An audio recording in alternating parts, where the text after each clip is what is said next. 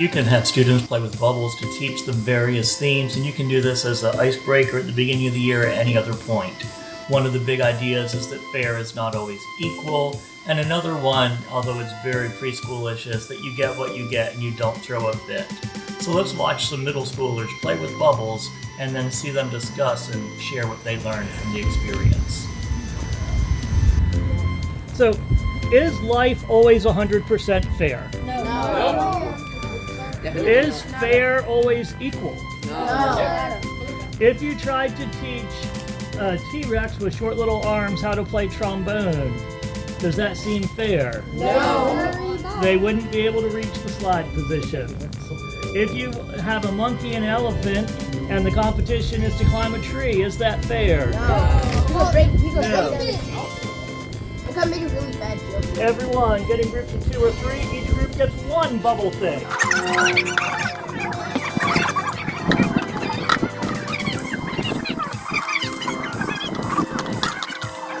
All right, listen to the directions for round 1. Round 1, I want to see who can make the biggest bubble. On your mark, get set, go. Biggest bubble.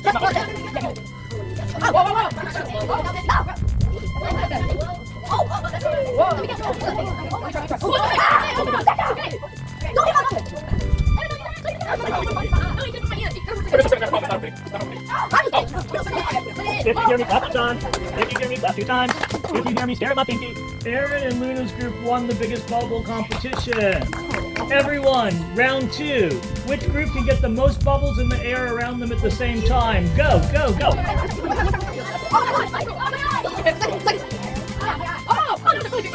Yes, we're no longer looking for big bubbles.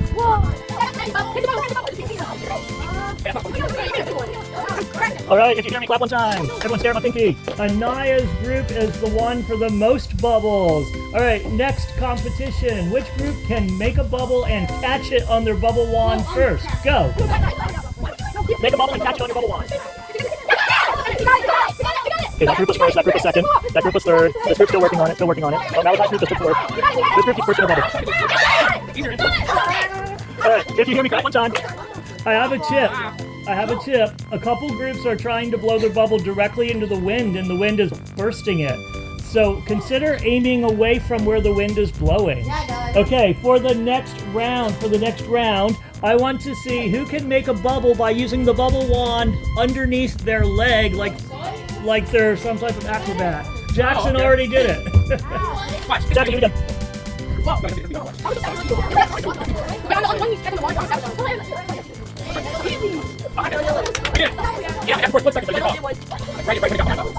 right, round 5. One person holds the bubble wand, the other person blows the bubble, and we see whose is the biggest blown by a friend. Go. Thomas, how do you blow it? Doesn't count. That group's away from the wind. The third group is in the lead, but right at the end, Aaron's made one bigger. Okay, everyone gather in. Who thinks that for some of those activities to win, you really needed the bubble wand that was larger? Who thinks that for some of those activities to win, it maybe depended on what soap was inside the bubble container? Alrighty, so I want everyone to get a different bubble container, and we're going to retry a couple.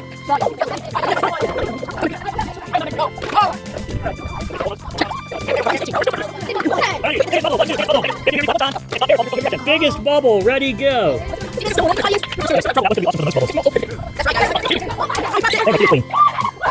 That is definitely the biggest. Everyone, the most bubbles. Anaya actually won that one. If you hear me, clap 1 time. Final round, who can make the tiniest bubble? Go.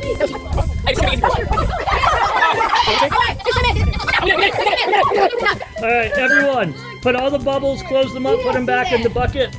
So, what are some, and a couple of them are really big and obvious, what are some of the things that could be learned from that activity that was clearly unfair?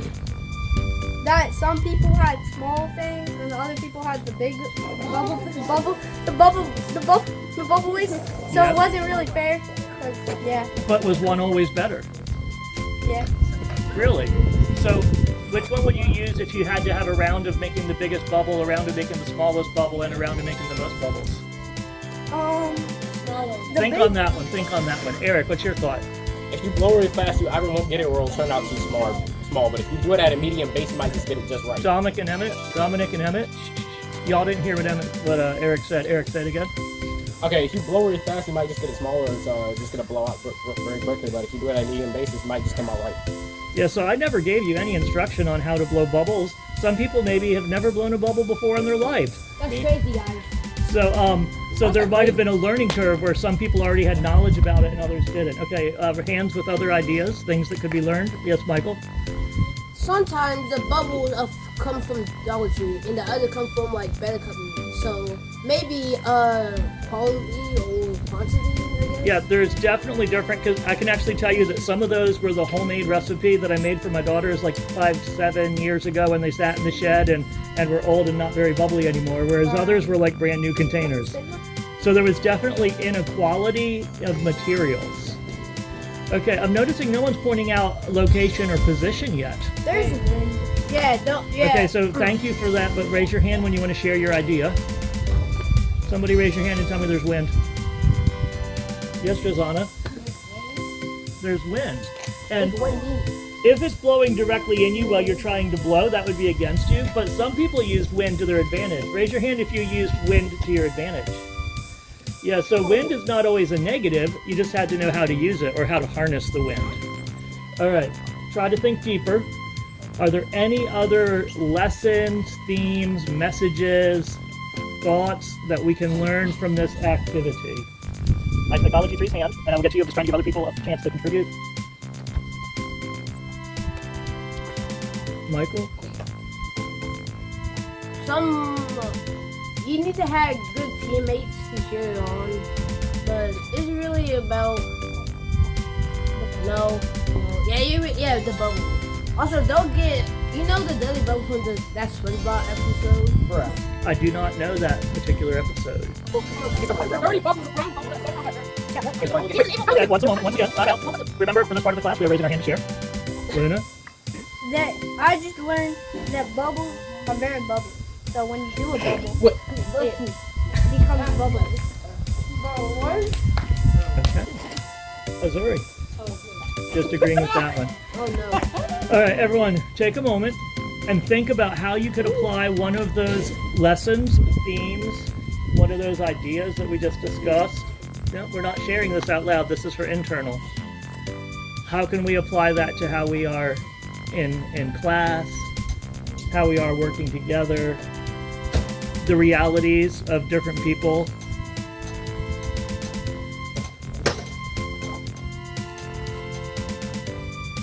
All right.